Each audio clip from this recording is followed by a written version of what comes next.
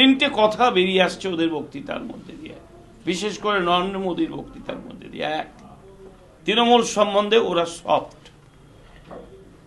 দুই, তৃণমূলকে নির্বাচনের আগে তারা সেই জায়গায় হোস্টাইল করতে চায় না যাতে নির্বাচনের পরে তৃণমূলের সাপোর্ট পেতে ওদের অসুবিধা না হয়।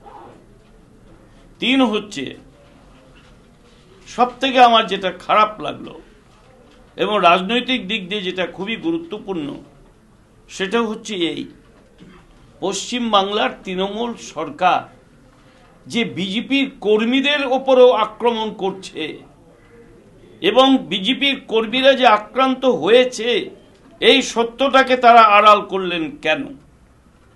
তার মানে এইটাই প্রমাণ করছে কোথাও একটা তারা রাস্তা তৃণমূলের সঙ্গে খোলা রাখতে চাইছেন।